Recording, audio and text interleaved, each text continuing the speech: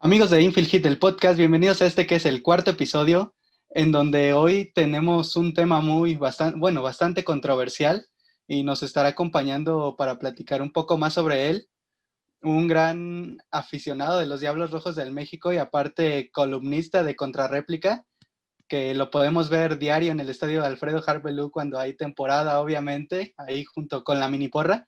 Entonces le queremos dar la bienvenida a Edmond Estrella.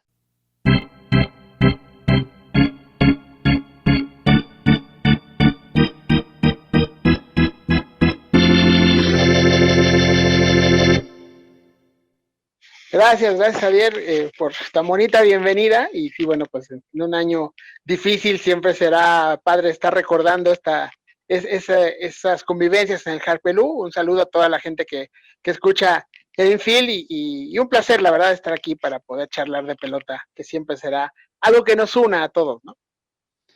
Sí, claramente. Y bueno, este episodio nos vamos a enfocar en la Liga Arco Mexicana del Pacífico. Es la primera vez que tocamos este tema aquí, pero es que la verdad se ven las cosas complicadas con la amenaza ya del COVID-19 encima prácticamente. Y bueno, para empezar vamos a dar un recuento de todo lo que ha pasado durante el 11 de agosto, que fue donde se emitió el primer comunicado indicando que se iba a celebrar la temporada a partir del 15 de octubre. Y bueno, en ese primer comunicado se indicó justamente el inicio de la temporada para el 15 de octubre con 68 encuentros. Inicialmente eran 35 juegos en la primera vuelta que iba a concluir el domingo 22 de noviembre y 33 encuentros en la segunda que iba a concluir el 30 de diciembre. Bueno, en este caso, como sabemos, esto ya se modificó, pero bueno, yéndonos cronológicamente, después de eso, el 19 de agosto se celebró la sexta asamblea de presidentes en Guadalajara, Jalisco, donde se habló principalmente de los rosters de jugadores que se iba a ampliar a 70 jugadores, justamente por esto del COVID-19, para que los equipos pudieran tener reservas que se incorporaran en caso de tener algún caso positivo. Para el 17 de septiembre se anunció que los equipos en Sinaloa iban a poder contar con el 40% de aforo en sus estadios. Llámese Tomateros de Culiacán, Venados de Mazatlán, Cañeros de los Mochis y Algodoneros de Guasave. Fue una decisión donde la verdad yo en lo personal no estoy de acuerdo, pero bueno, ya estaremos discutiendo eso un poco más adelante. De ahí se dio otra asamblea de presidentes el 30 de septiembre, en donde se habló un poco más de los protocolos que se iba a tomar ya con aficionados en los estadios. Se revisaron junto con los gobiernos estatales que los 10 estadios de la Liga Mexicana, de la Liga Arco Mexicana del Pacífico estuvieran en perfectas condiciones para arrancar.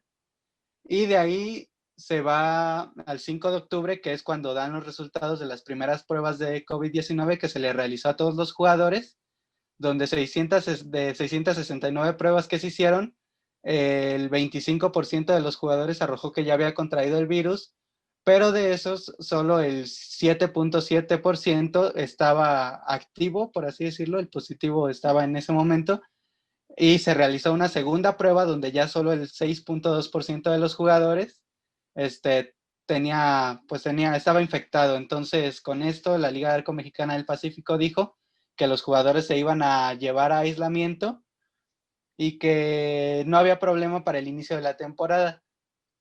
Igual pasó lo mismo que el 30 de septiembre con Sinaloa, pero ahora con Sonora, donde los Mayos de Navojoa anunciaron que también iban a poder recibir aficionados, al igual que los Naranjeros de Hermosillo. Y ya de ahí se vino dando una serie de complicaciones, se dio la cancelación de la serie entre Sultanes de Monterrey y Naranjeros de Hermosillo, que iba a ser del 3 al 5 de noviembre. También después de esa serie, obviamente, empezaron a brotar casos en todos los equipos. Y para el 5 de noviembre y el 6, ya teníamos a 6 de los 10 equipos infectados, por lo que se tuvo que dar un paro de actividades. Regresa el paro de actividades, aparentemente ya todo controlado, ya todo bien, pero sin embargo los Yaquis de Obregón volvieron a presentar casos positivos de COVID-19.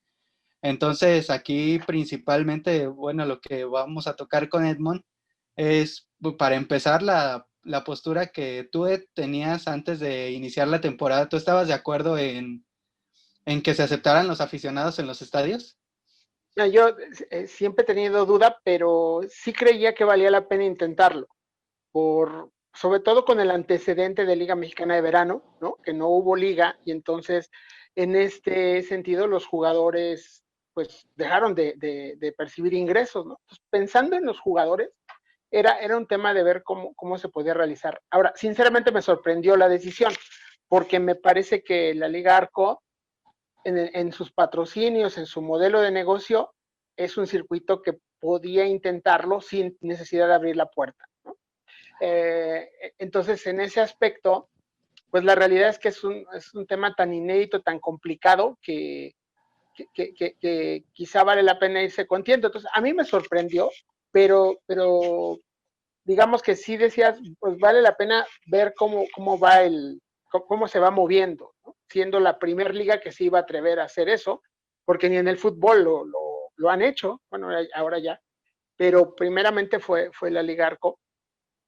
Eh, Sin embargo, pues sí, con toda la expectativa, ¿no? Es decir, veía, por ejemplo, el béisbol en el Oriente, en Taiwán, en Corea, donde sí la distribución de aficionados era en todo el parque de pelota, no estaban juntos, no había personas cercanas unas de otras. Me imagino únicamente los que se conocían entre sí, familiares, inclusive, no, un protocolo de esa naturaleza.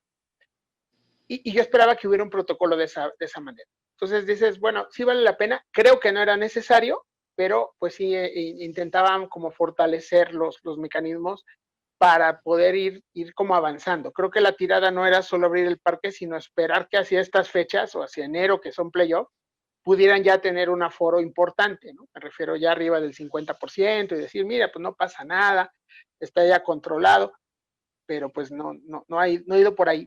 Pero bueno, esa apuesta inicial en ese momento sí la veía como un tema de, pues va a ser bien riesgoso, tiene sus implicaciones, hay que tener poca expectativa en realidad y a la menor provocación acabar con la idea, ¿no? Entonces, por ahí iba fue mi pensamiento cuando lo vi, insisto, sin dejar de lado que me sorprendió mucho que hayan tomado la decisión así por el modelo de negocio en cuanto a patrocinio que sí tiene. Sí, claro, yo la verdad pensaba, bueno, de principio de la Liga Mexicana del Pacífico, cuando se estaba dando esta discusión con la Liga Mexicana de Béisbol de que si iba a haber o no temporada, la Liga Mexicana del Pacífico dijo desde los y voy, Uh -huh. justo ayudado del contrato con Sky, ¿no? Que acaban de firmar con esa televisora que se convirtió prácticamente en el punto clave de que se pudiera realizar esta temporada. Sí. Ahora, yo tampoco me esperaba que hubiera ingreso de aficionados en los estadios, pero cuando se anunció, bueno, se dieron los comunicados de que en Sonora y Sinaloa sí se iba a poder tener un aforo importante, estamos hablando del 40%, sí lo dudé porque a pesar de que se tuvieran los protocolos, a pesar de que se tuvieran los protocolos ahí plasmados, yo desde el principio, y he sido de la idea desde que inició todo este confinamiento, de que la cultura mexicana no está preparada para llevar acciones de este tipo. Comentabas el tema del béisbol del Oriente, pero que sí pudieron por un tiempo mantener los aficionados, después tuvieron que retractarse porque igual se dieron los contagios, pero esa cultura la verdad es que a mí me sorprende mucho por lo disciplinados que son. Uh A -huh. ellos les dices, no te quitas el cubrebocas en todo el juego y no se lo No se quitan lo quitan. y parecen, se podría decir que parecen robots, ¿no? Si te Sí, dicen entras por este lado, pues todos vienen entrando de este lado. Sin embargo, en la Liga Mexicana del Pacífico no se dio y lo pudimos ver desde el primer encuentro con los Tomateros de Culiacán, que se armó un relajo ahí en el estadio. Salieron personas, aficionados vetados para toda esta temporada. Entonces, desde ahí como que ya pintaba un poco mal todo este tema de los aficionados en las tribunas.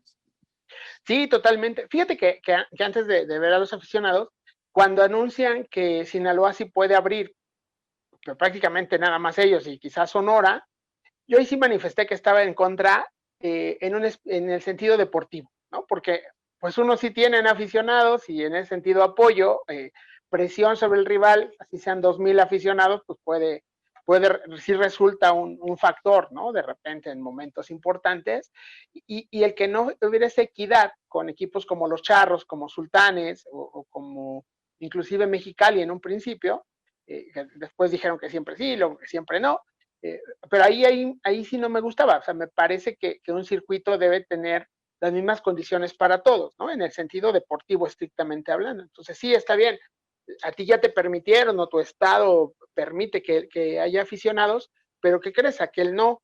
Entonces me parece que ahí, en mi opinión, sí se debió haber seguido un modelo tipo Major League Baseball, donde no hubo aficionados para nadie, hasta la Serie Mundial, que es otro boleto, que este fue un año distinto, pero los equipos no hubo nadie que tuviera 5 aficionados más o 10 aficionados menos, ¿no?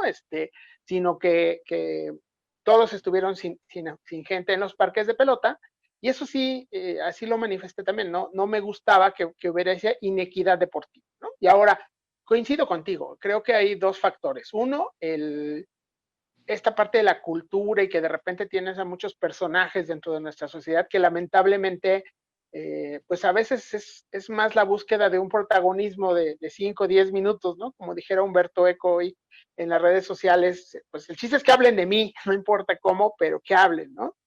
Y, y por otro lado, también tenemos que son protocolos muy estrictos, ¿no? Es decir, no te puedes quitar el cubrebocas, no te puedes quitar el cubrebocas, y tienes que sentarte a metro y medio del otro, y cuidado en el baño, y tienes que entrar y salir en las flechas que te indican. Es decir, es como muy, valga la expresión, hasta militar el asunto, ¿no? Y entonces, pues tú vas a un parque a divertirte, ¿no? A un estadio de béisbol a divertirte, y si no, esa disciplina no la guardamos en los centros comerciales, por decir algo, ¿no? Donde se han suscitado temas de escándalo, no me dejan entrar, cuando dicen, pues nada más entra una persona, ¿no? Y se enojan, y bueno, vimos en redes personajazos, ¿no? Joyas que dices, ¿cómo lo puedes hacer? Bueno, pues en el estadio la diversión y demás te va a ganar, al final de cuentas te va a ganar, y tu incomodidad de traer el cubrebocas va a ser ese momento, me lo quito y bye, ¿no? O sea, ¿qué haces? ¿Qué hacemos cuando llegamos a casa después de venir de casa? Lo primero es te quitas el cubrebocas y lo aíslas, y luego ya te desinfecta todo lo demás, lo que quieras, ¿no? Pero vaya, todo eso pues es muy complicado porque después de todo es algo nuevo, ¿no? A lo mejor al paso del tiempo, si nos dijeran todos los días hagan esto, pues en un año a lo mejor ya estaríamos acostumbrados, pero hoy no lo estamos. Hoy seguimos pensando y seguimos esperanzados que las cosas van a cambiar y que mañana o en enero o en febrero en la Serie del Caribe, ¿no? Ya todo va a estar bien y vamos a poder estar como antes. Y no necesariamente eso va a ocurrir, ¿no? O sea, tenemos que estar conscientes de que hoy el ir a un espectáculo público, el que sea, te implica protocolos que son incómodos en la medida de que no te permiten estar desparpajado como normalmente estabas, ¿no? No debes estar gritando y demás. Fíjate que con la mini porra platicábamos eso cuando estaba esta duda en la Liga Mexicana de Verano, ¿no? Decías, bueno, ¿y qué vamos a hacer? ¿A gritar con el cubreboca? ¿No? Te paras y echas una porra con el cubrebocas, pues no es no está cómodo, pues, ¿no? Vamos a estar juntos, porque al final de cuentas, si vas con tu familia, con la que vives todos los días, está bien, pero ya, aunque seamos muy amigos y pues realmente cada quien tiene su vida en su trabajo, en su casa, y no sabes en realidad qué es lo que, vaya, los contactos que tienes. Y el virus pues, se contagia de manera inmediata, ¿no? Cuando menos lo esperas. Pues creo que en ese sentido, sí había muchos factores que ya hacían que valoraras muy bien tu protocolo, que lo revaloraras. Ese 40%, ¿cómo lo ibas a distribuir? Cuando ves las escenas, pues realmente había una butaca entre uno y otro. La butaca mide 90 centímetros, ¿no? O sea, no, y te volteas y no había ese protocolo realmente como tal. Me parece que en ese sentido sí hubo un manejo, si no a la ligera, sí quizá con cierto desconocimiento o no con el rigor necesario, ¿no? Me parece. Sí, aquí tocas dos temas muy importantes. Uno es el deportivo y otro es el de la Serie del Caribe, que ya lo estábamos comentando. Pero bueno, ya para cerrar esto de los aficionados en las tribunas, por ahí escuchábamos declaraciones al inicio de temporada de Benjamín Gil, que dijo, al final de cuentas, el que quiera va a ir bajo su propio riesgo.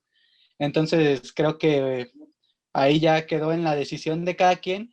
Sin embargo, no quedó en las tribunas, sino que esto de los contagios y eso se pasó justamente a la deportivo, que era el otro tema que nos comentabas, aunque a mí me queda la duda si esos contagios fueron por la gente en los estadios como tal, o fueron descuidos de los jugadores fuera del terreno de juego, porque sabemos que la liga y los equipos no tienen como tal una burbuja para los jugadores. Entonces, ahí está como esa duda y aparte, pues los jugadores también deben de buscar cuidarse, ¿no? Estando en medio de una temporada donde pueden dejar desfavorecidos al equipo. Veamos ahí al último que a los Yaquis de Ciudad Obregón, incluso después de esa pausa de 11 días, los juegos que no se jugaron, bueno, fue solo un juego que no se jugó en domingo, Ujú. les adjudicaron la derrota justamente porque ellos eran los únicos que tenían casos positivos, aún ya con el descanso que se había dado. Sí.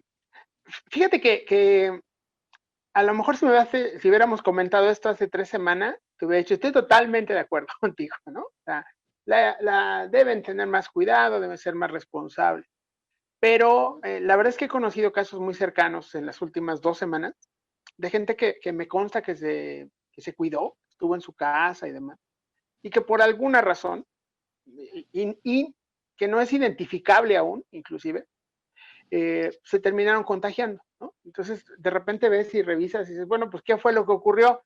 Pues, ¿a dónde saliste? Fui de compras, fui a traer mi comida, o sea, no había algo distinto, ¿no? A la salida. Yo sí creo que el tema de los aficionados en la tribuna puede ser factor, pero definitivamente no el principal, ¿no? O sea, eso como primera acotación. Creo que si no se hubiera atendido, sí hubiera sido un factor mucho más grande conforme pasaban los días y sí un tema de riesgo para el pelotero tener aficionados en la tribuna que no se cuidaran, ¿no? Finalmente. Pero bueno, la distancia entre la tribuna y el aficionado, en realidad, y el jugador, me parece que hace que se disminuyera ese riesgo, ¿no? Finalmente. Pero sí creo que si bien hay peloteros, como hemos visto en los futbolistas y como hemos visto en muchos casos también, seguro, en redes sociales lo ves a cada rato, ¿no? Cuántos que están en fiestas, que están conviviendo en varios lados, ahora con los festejos del Día de Muertos, etcétera, etcétera. Sí tienes ese tipo de personajes que terminan por ser de riesgo, por no cuidarse. Sí los hay, y quizá en los peloteros lo haya. Pero también hay un número alto de personas que, insisto, no se cuidan o fueron responsables, digamos, ¿no? Pero en algún momento de su vida, de su convivencia diaria, se terminaron contagiando de una manera que ni siquiera saben, la verdad. A veces el que te juntes con el vecino y pases en la privada y te saludes sin cubrebocas o con cubrebocas, puede ser un factor, ¿no? No lo sabemos, pero eso cambió mi percepción sobre ello. Por eso en la columna de esta semana hablaba también de un poco la empatía, ¿no? Con el jugador. Me rehúso, por ejemplo, a pensar que managers como Sergio Margastelum u Oscar Robles, ¿no? Que siempre fueron peloteros muy serios, muy entregados, a quienes nunca se les reprochó nada, al contrario, ¿no? Siempre estaban entregados en el diamante, tuvieran una actitud irresponsable, ¿no? Y en ese sentido se cuida. O otro ejemplo, Francisco Campos, ¿no? Que también él tuvo diagnóstico de COVID junto con el cuerpo técnico de Tomateros. Dices, no son personas, en el caso de Francisco tengo el gusto de poder conocerlo, he podido platicar con él mucho más a fondo, y alguien que ni siquiera toma, ¿no? Por ejemplo. Entonces dices, ¿qué ocurrió? No, pues alguien se contagió. A lo mejor ese alguien sí fue irresponsable, puede ser, no lo sé, eh, y ese fue el que llevó el virus, ¿no? O se subieron al camión y resulta que el señor que hizo la limpieza previo, pues estornudó y todos tomaron se asieron del barandal. insisto, creo que sí tenemos que, ellos, cada quien sabrá hasta dónde llegó, pero sí, sí creo que existe también ahora un tema de empatía porque la situación está tan fuera de control en el sentido de no saber dónde te puedes contagiar, que, que aun cuando te cuides, puede ser parte de la estadística del contagio, ¿no?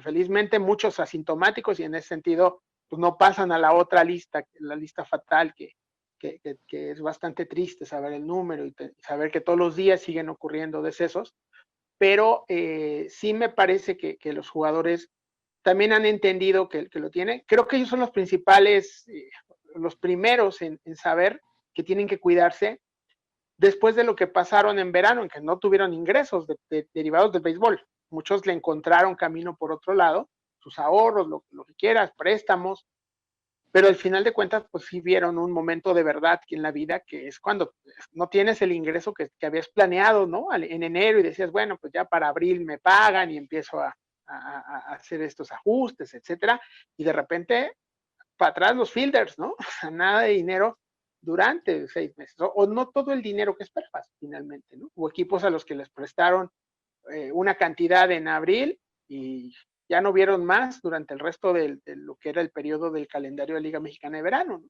Entonces, creo que en ese aspecto también deben estar muy conscientes que ponen en riesgo esa parte, la parte económica de su familia, ¿no? Que la Liga Arco Mexicana del Pacífico está haciendo el esfuerzo, sus directivos, Sky, lo que me digan, por hacer un negocio y donde ellos son los protagonistas y son a los quienes hay que cuidar, pero también son los beneficiarios de ese punto, de ese negocio, de tener ese ingreso, ¿no? Entonces, sí me parece, insisto, que muchos de ellos tienen esa visión, ese cuidado. Los ves, quienes juegan con cubrebocas, quienes llegan aislados, etcétera, ¿no? Como también lo vimos en Grandes Ligas finalmente, ¿no? En Grandes Ligas hubo quien veías que seguía las normas, que no festejaba, que no se tocaba las manos, etcétera. Anthony Rizzo, ¿no? Sacando su gel en primera base para... Sí, para darle a los corredores. Sí, sí, sí, a ver, ya llegaste, ¿no? Tu gel. Veías esos casos que también son el otro extremo, el buen extremo, digamos, pero sí creería que en esa parte sí, sí la mayoría de los jugadores están conscientes de eso y prueba de ellos es ese reflejo, ¿no? ¿Quién sabe en Obregón exactamente cómo ocurrió? Y a lo mejor el tema es que traen a alguien que está asintomático y que es el que realmente los está contagiando a todos y no, y aunque aísles a los que ya están, pues el otro no lo tenía, ¿no? Te voy a poner un ejemplo, ayer, hoy le preguntaba a un amigo, ¿no? Que tiene COVID, lo diagnosticaron, y entonces me decía, mira, a mí me hicieron la prueba el miércoles pasado, ya voy a la mitad, ¿no? Y, y, y bueno, pues esta semana le tocaba ir por su trabajo a organizar una reunión con 20 personas. Y entonces le decía, oye, entonces si no te hubieran diagnosticado, porque aparentemente él traía el contagio desde un par de días atrás o varios días atrás. Si no hubieras tomado la precaución de tomarte esa prueba, te hubieras ido a México y no hubieras tenido ningún síntoma, ¿no? O sea, de acuerdo a lo que está viviendo hoy. Pues sí, efectivamente, hubiera yo llegado tan normal como ahorita, ¿no? Estoy en mi casa y si bien con cubrebocas, pues al final de cuentas, al saludar de mano o al chocarlas o simplemente al compartir un instrumento de trabajo, pues contagiarse, ¿no? Y yo creo que ahí sí hay unas costumbres también en el béis de repente que tomas la manopla del compañero o el bat del otro, ¿no? Y todo eso son hoy caldos de cultivo del COVID-19.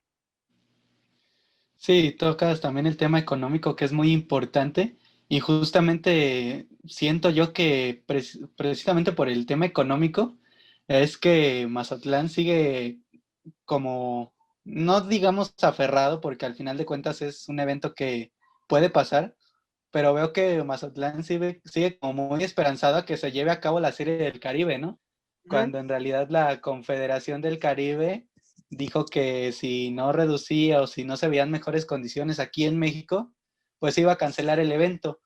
Pero justamente lo económico es muy importante porque también no solo son los peloteros los que dependen de eso, sino Claro, que hay muchos, tanto cronistas como sonido local, etcétera, dependen también de que haya o no juegos.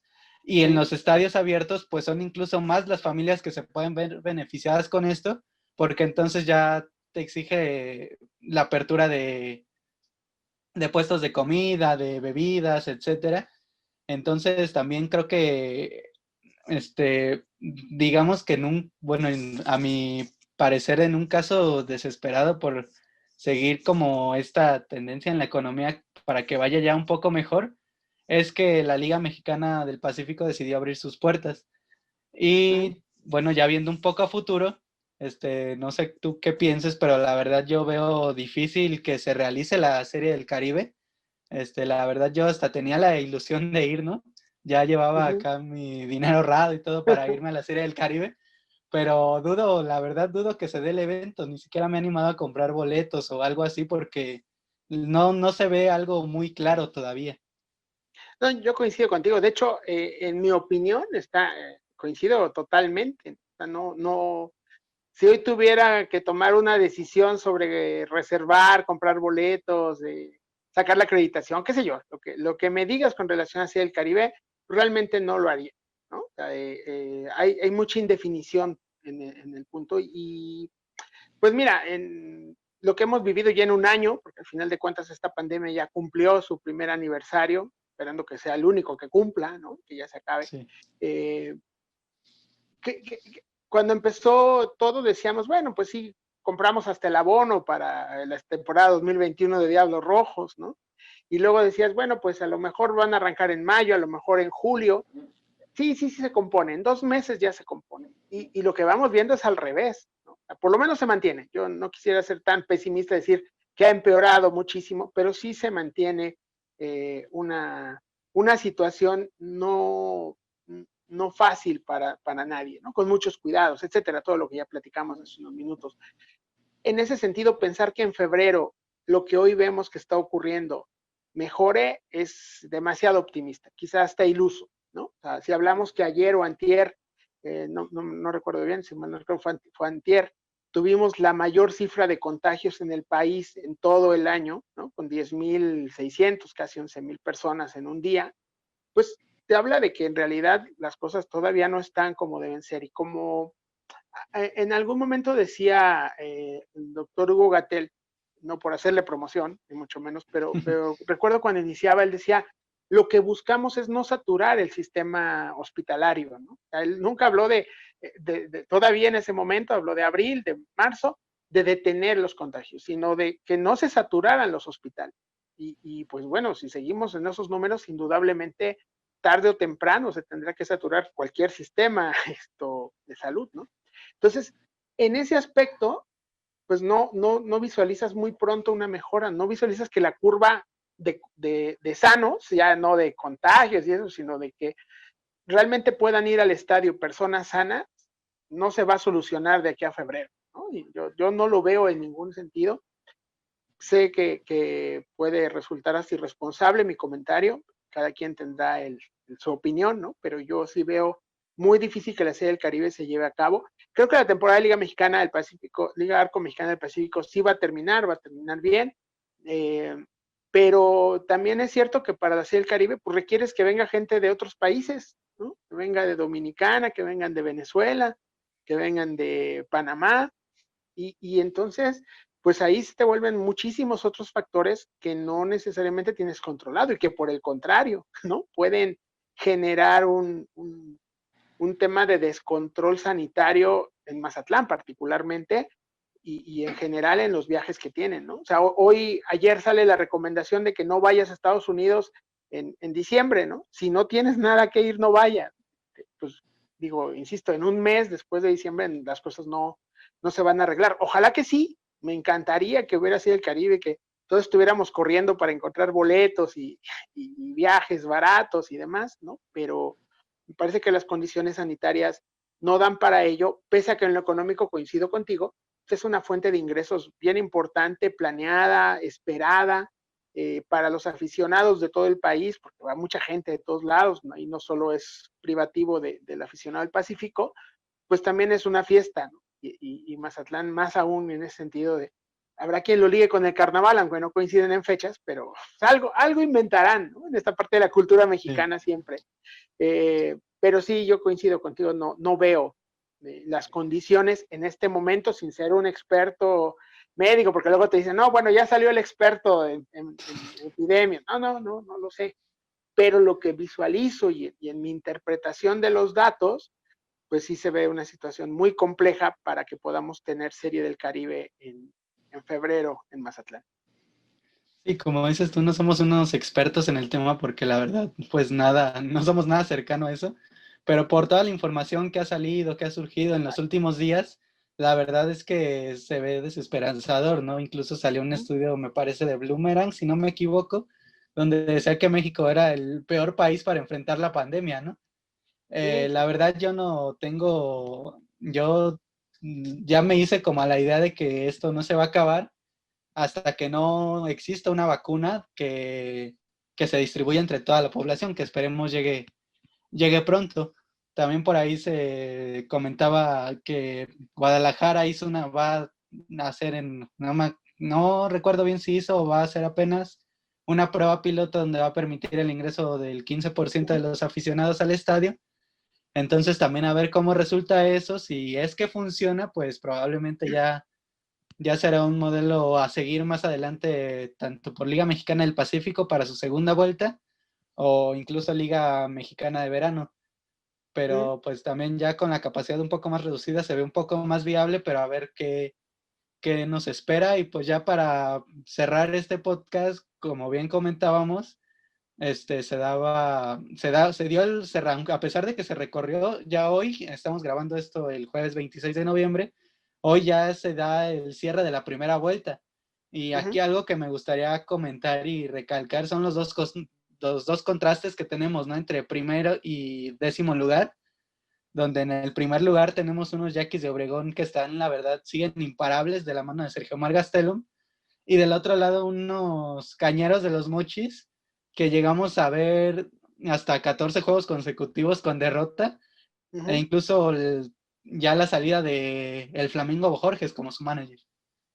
Sí, bueno, los Yaquis tuvieron un gran inicio, luego, como decías acertadamente al principio, pues, les pegó muy fuerte todo el tema de COVID, ¿no? Y bueno, pues tuvieron hasta que reactivar a su coach y a Sergio Contreras y traer por ahí algún pelotero que estaba ya en ligas estatales y demás, pero el vuelo les alcanzó, la verdad es que tuvieron una impresionante primera vuelta, ¿no? Y ahora la gran duda es los cambios que han hecho, qué tanto les van a funcionar estos cambios donde se deshacen muy rápidamente de 6 peloteros. El último cambio por Héctor Velázquez luce parejón, ¿no? Pero pierden a dos brazos que pueden ser relevos intermedios importantes, y Gastelum maneja mucho el tema del bullpen, ¿no? Sergio Gastelum es un manager que ocupa su bullpen prácticamente todo el año, prácticamente todo el calendario, y en ese sentido, pues el tener más brazos en bullpen es lo que tiene, que muy acorde a los tiempos actuales, ¿no? Donde ya el abridor no va tan largo, son 5 o 6 entradas, y luego traes a tus relevos a cerrar y a cerrar la puerta de la quinta a la octava, y viene el closer a apagar la luz, ¿no? Como dijeran por ahí con Mariano Rivera. El, en ese sentido, creo que la salida de Carlos de León y de Fabián Anguamea puede resentirse después para los Yaquis, aunque indudablemente un brazo como el de Héctor Velázquez siempre será muy atractivo, ¿no? Para alguien. Y el caso contrario, sí, los Cañeros de los Mochis y esas 14 derrotas, que bueno, pues ahí ves que los equipos se meten ahí, ¿no? Entonces, leía yo que comentaba, no, bueno, es que el Flamengo es un manager. Yo creo que es una percepción errónea, ¿no? El Flamengo en los equipos donde ha estado ha calificado siempre a playoffs, salvo este año, ¿no? Pero con Diablos Rojos del México los llevó a playoffs, los llevó a finales de zona, en 2 ocasiones, ahí ya no pudieron carburar. Con Cañeros de los Mochis también estuvo ya en instancias de playoff importantes, etcétera. Es decir, no podemos decir que el Flamingo sea un mal manager, pero bueno, hay años en que las cosas no terminan por carburar, y en ese aspecto también la Liga Arco Mexicana del Pacífico este año vive algo muy sui generis, ¿no? El hecho de tener solo 3 extranjeros. Es una liga que realmente basa mucho su potencial en los jugadores extranjeros, no necesariamente que contraten y concluyan con los mismos, ¿no? Pero finalmente sí hay el descanso en 2 o 3 brazos foráneos, casi siempre, casi todos, un relevo, su cerrador es extranjero, ¿no? 2 o 3 abridores y el resto bateadores que normalmente pues son el tercero, cuarto, quinto bat, la parte fuerte del line-up. Y este año pues no puedes hacer eso, tienes que recurrir al jugador nacional y pues en ese aspecto, pues el tema es que sí hay talento en México, pero hay algunos que están mucho más desarrollados, que ya están más veteranos. O sea, ve uno el roster de los Charros de Jalisco, por ejemplo, y bueno, pues ahí hay todos los años de experiencia del mundo, y no lo digo en el sentido de jugadores que hayan pasado su mejor momento. Muchos de ellos todavía están en un momento adecuado, ¿no? José Manuel Rodríguez, Jafet, Carlos Figueroa, que va llegando a esa etapa de la gran madurez, me parece, ¿no? Ya dejando de ser el jovencito Carlos Figueroa, ¿no? El Figi, ¿no? Ahora ya es el señor Carlos Figueroa, y lo está demostrando en ambos circuitos. Y bueno, pues eso también hace que la liga sea distinta y que con Mochis quizá el tema sea un factor. Algo que hemos comentado, voy a aprovechar el comercial, ¿no? En el Rincón Beisbolero, donde colaboramos, es un equipo normalmente requiere, ¿cuántos pitchers te gusta? Por lo menos 3 abridores fuertes. Y ahora ya también por lo menos 3 relevistas intermedios buenos o de alta calidad y un cerrador. Entonces hablas de 7 pitchers y por 10 equipos son 70. No hay 70 pitchers mexicanos, total, no los hay. Hay buenos y se desarrollan y generan, pero no existen esos 70 estrellas, a eso me refiero, ¿no? Y los que hay, o los que pueden venir de Estados Unidos, también vienen limitados en el número de pitchers que pueden realizar por sus organizaciones, etcétera. Entonces, yo siempre digo, es un tema de matemáticas simples. Necesitamos más bien desarrollar al jugador para poder pensar en que todos estén, ¿no? Y en ese aspecto me parece que con Cañeros de los Mochis sí ocurrió esa parte de que pues de repente el nivel de competencia con equipos tan fuertes como Obregón, como Culiacán, como Jalisco, pues sí se notó en ese último punto. Independientemente que pueda haber temas internos, que esos, como no los conoce uno, mejor no meterse, ¿no? Pero puede haber un tema de dugout, pero más allá de eso sí creo que de roster a roster, pues tuvieron un cierto hándicap en relación, insisto, a equipos como los que quedaron de líderes, ¿no? Obregón, Hermosillo, Culiacán, que bueno, pues están mostrando. Y se suma después una muy buena racha donde se metieron tanto Guasave como Navojoa, ¿no? Entonces, pues todo eso son factores que te van dando en el béisbol, pero pues sí, el gran contraste, ¿no? Un muy buen inicio de Obregón contra un mal cierre de los Mochis. Y bueno, Liga Mexicana del Pacífico siempre hay que verla, dice José Carlos Campos, que es un expertazo en aquel circuito. Son 3 temporadas en una, ¿no? La primera vuelta, la segunda y playoff, porque con los cambios que tienes de peloteros, los refuerzos en playoff y demás, en cada etapa prácticamente vuelves a empezar, ¿no? Entonces, pues para Mochis ahí le queda, parece que Saúl Soto es quien va a quedar de manager, mucha suerte para él, para el jefe, pero bueno, sí tendrá un retote, ¿no? Porque es muy difícil cuando quedas en último lugar poder regresar y calificar a playoff. Sí, de hecho, si el standing, bueno, si la primera vuelta de temporada regular acabara hoy, el standing quedaría como los Yaquis de Ciudad Obregón en la primera posición con 10 puntos, seguidos de los Naranjeros de Hermosillo con 9 puntos, luego los Sultanes de Monterrey con 8 puntos, que hace rato acaban de tirar un juegazo, se quedaron a 2 outs del sin hit ni carrera, Mira, seguido de los Tomateros de Culiacán en la cuarta posición con 7 puntos, Algodoneros de Guasave en la sexta posición con 5 puntos y medio, de ahí seguirían los Charros de Jalisco en la séptima posición con 5 puntos. Los Venados de Mazatlán en la octava posición con 4 puntos y medio. Los Águilas de Mexicali en la octava posición con 4 puntos y medio. Me parece que ahí me equivoqué un poco, pero bueno. Y los Mayos de Navojoa en la penúltima posición con 4 puntos. Y los Cañeros de los Mochis en la décima posición con 3 puntos y medio.